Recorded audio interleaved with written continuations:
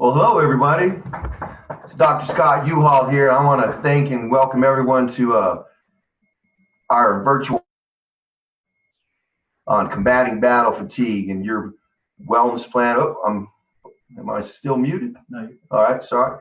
Want to plan your wellness counteroffensive to this battle fatigue that's going on. There's a lot of craziness going on in the world right now, and we want to share with you some great information on how you can do day-to-day things to help resist the stress and all the craziness that's going on right now. So with that, let's go ahead and get started. Again, thanks everyone for tuning in. This is our second coffee chat on the battle fatigue series. And today we're going to talk about, like I said, getting good sleep. And a lot of times you hear people talk about who has time to be sick. Well, I'd like to ask the question, who has the time to be tired? A lot of times, if we don't get good quality sleep, it really messes with our day-to-day activities. We spend about 1/3 of our time sleeping, and so it doesn't get enough devoted time and attention to it, and we're going to try to address that today. So we got our quarter-hour wellness power coming up, and before we get started, I want to mention what's really the difference between myself, a doctor of philosophy with a specialty in health promotion, and a medical doctor, which is an MD or a DO, a doctor of osteopathy. We both like to try to help and improve the health status of the people we work with.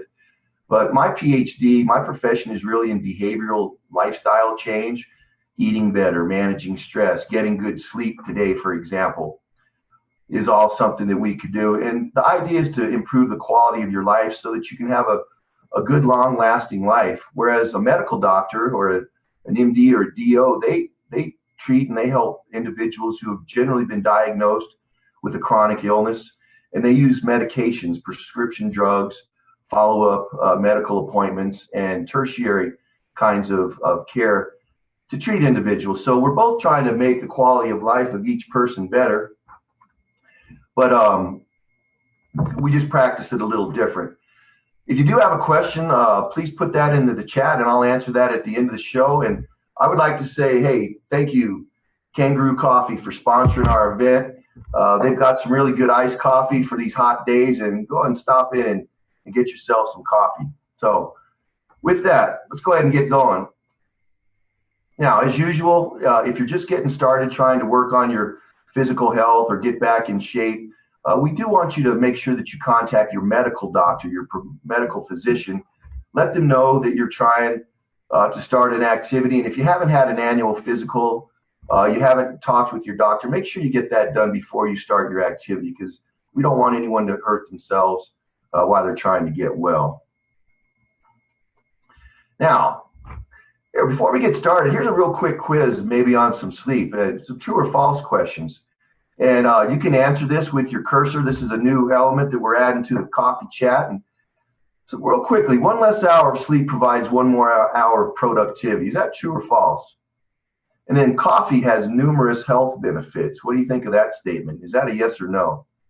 So go ahead, we'll give you a few minutes, a few seconds actually, to get your results in, and then we'll see what everyone has to say on that. All right, we'll give you 5, 4, 3, 2, 1. We'll go ahead and end the polling. And what do we see? We got 1 hour sleep, we got some true, and we got some false. We got some true and false. Well, actually, believe it or not, 1 less hour of sleep does not make you more productive. And then coffee, yes, it does have numerous health benefits. So that's kind of a new thing that we're adding. I appreciate you giving your input, and we'll go ahead and move on with that. So there we go. Well, what exactly is sleep? When you're talking about sleep, what is it? Well, believe it or not, your brain doesn't go to sleep. It just alters its brain waves. And what you're looking at here on the right is an encephalograph. It's a picture kind of the results that your brain makes when it's thinking and doing stuff. And you actually have 4 stages of sleep you can see there. And when you're in sleep, you fluctuate from stage 1 gamma, stage 2 beta, alpha. And really what changes is the amplitude and the frequency of the brain waves that you're putting off. And as I said, you fluctuate through these stages throughout the night. And where you really get good benefits is when you get into what's called REM sleep, or rapid eye movement. And you have to go through the other stages to get to rapid eye movement. And then that increases over the course of the night as you fluctuate in and out of these stages. But in REM sleep, that's where your body regenerates itself. It releases a whole different set of hormones. You've probably heard of cortisol and adrenaline. Those are the stress hormones. But at night, your body releases human growth hormone, non-adrenaline, and a whole different set of hormones to kind of offset the day's stressors. And if you're not getting good quality sleep, especially REM sleep, you can wake up and still be fatigued and not have quality sleep. So very important to go through these stages. The brain really doesn't rest. It just alters, like I said. And one thing I'd like to point out is that when you are in REM sleep, at the base of your brainstem, your medulla, it actually has a mechanism that shuts off the movement from the rest of your body when you're in REM sleep. Because if you're having a vivid dream and you're trying to get away from someone, heaven forbid you're going to punch the person you're next to, or you'd run and jump out of bed and fall down the stairs. So that's a very nice survival mechanism that's been added in to our sleeping patterns. So I definitely wanted to point that out. Now, what are some causes of poor sleep? Well, that's a great question. And really the underlying element is the vast majority, well over half of it, is due to unmanaged stress. Stress is really all over, and it's how we deal with it that's a significant issue. And if you can identify what's causing your stress, you can make a game plan for that. In fact, we have a stress management program right here in Healthy Habits. If you have an interest and you do have a lot of stress in your life, we've got a program for you, and I'd like to throw that out there just in case you had the interest. Now, you try to go to sleep and you can't, your mind's racing, you got a bunch of things going on.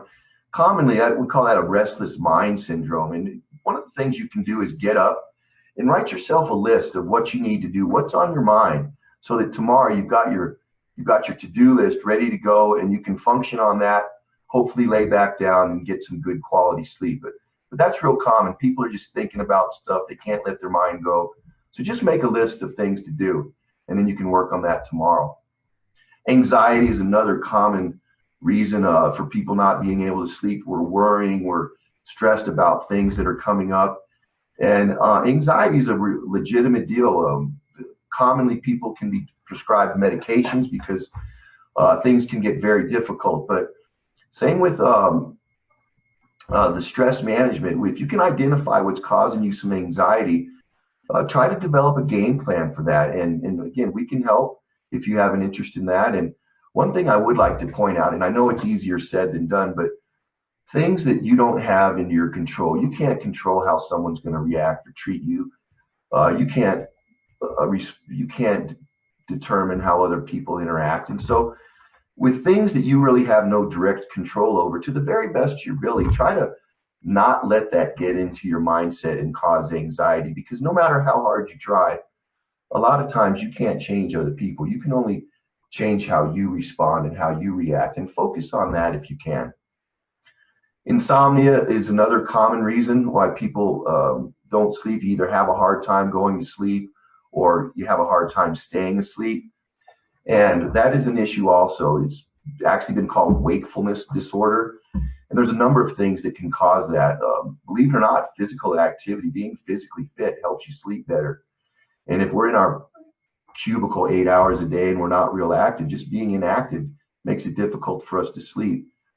Work schedules, chronic pain, medications, and sleep apnea. That's something I do want to mention real quick. A lot of us, we get a full night's sleep, but we wake up tired. And what sleep apnea is during the course of the night, you're actually struggling with getting sleep. Your uvula is coming down and blocking air to go out of your trachea down into your lungs.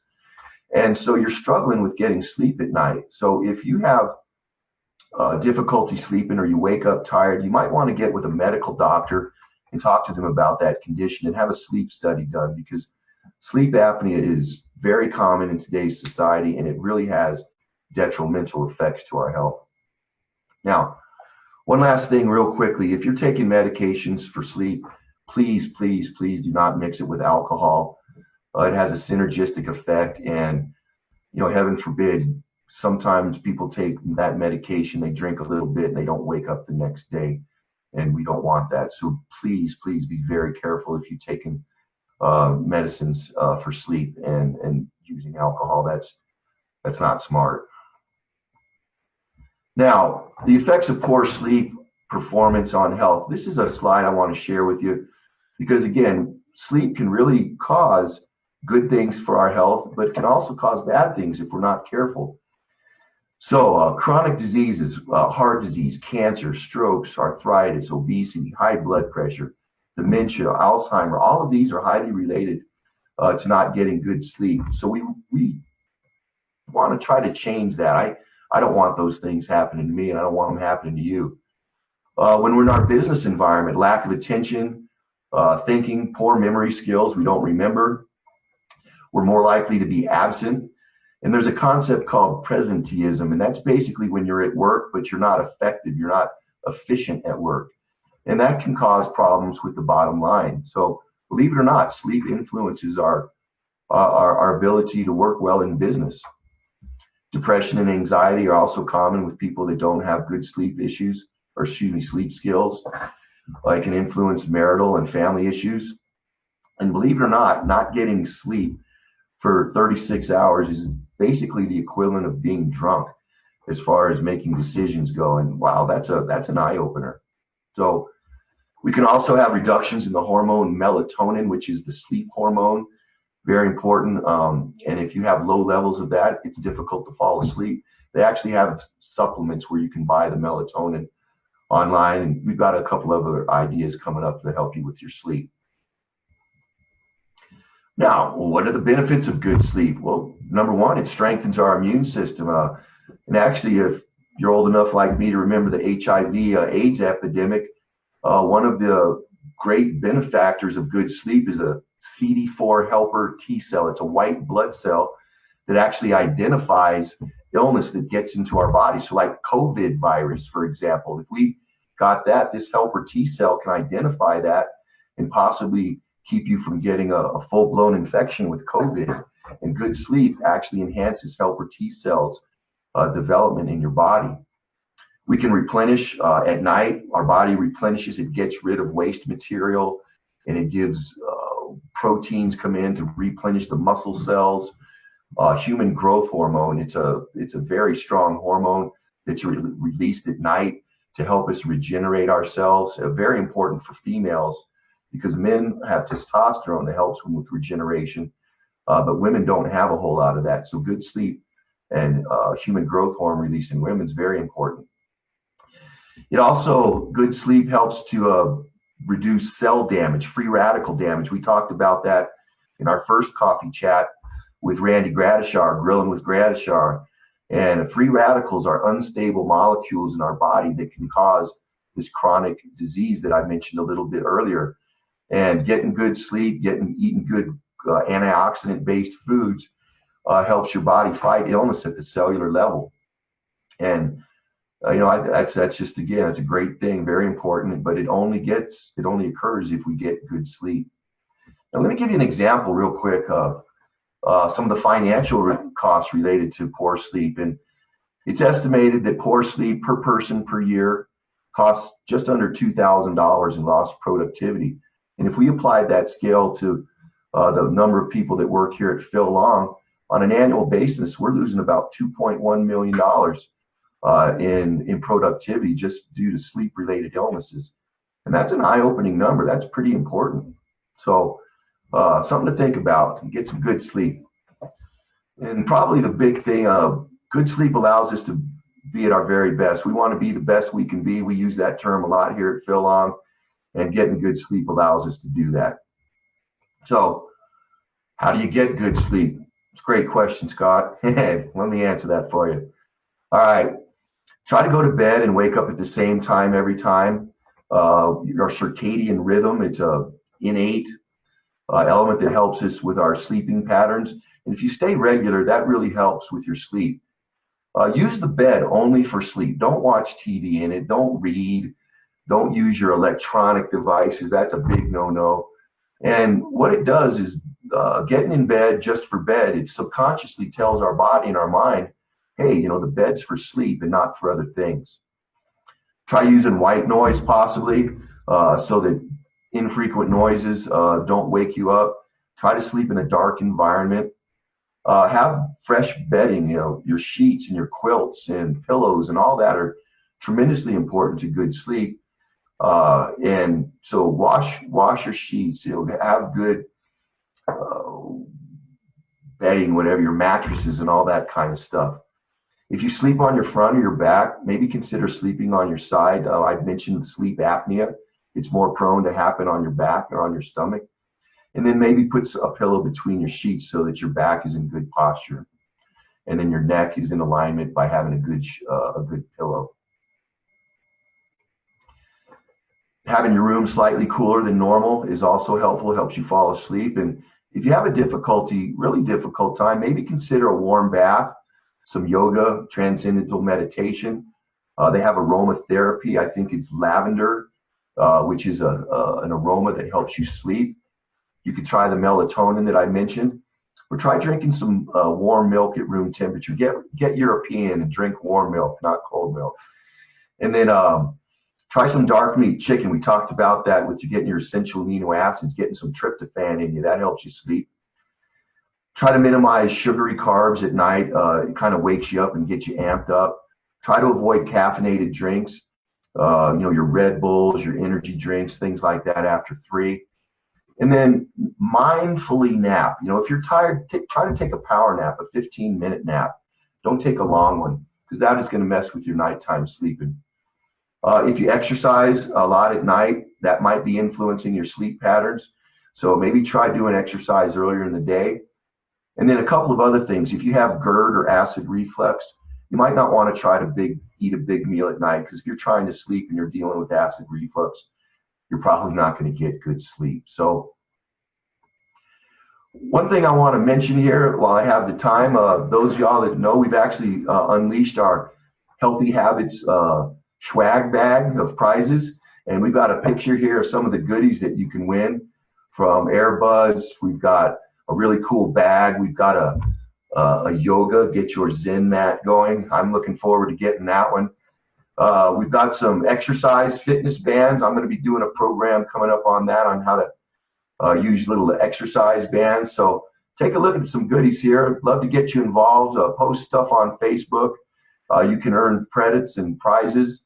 Interacting and doing things with the Healthy Habits group can get you prizes. We'll keep track of that. And when you have enough points to earn some goodies, we'll let you know about that. So again, thank you very much for your time today. If you have any questions, please send them to me. If you have an idea for a future chat, please send that to me.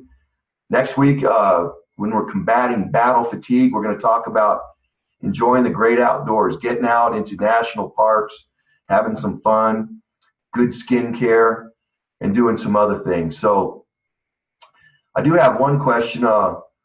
Why warm milk versus cold milk to help with sleep? Well, the temperature influences a little bit. It's not so much the warm or cold. If it's cold milk, your body's going to try to increase the temperature of that coldness that you just drank. So that might encumber your sleep a little bit. But inside of milk, there's some of the nutrients, not so much tryptophan, but there's some the lactose that'll help you sleep a little bit. And just an old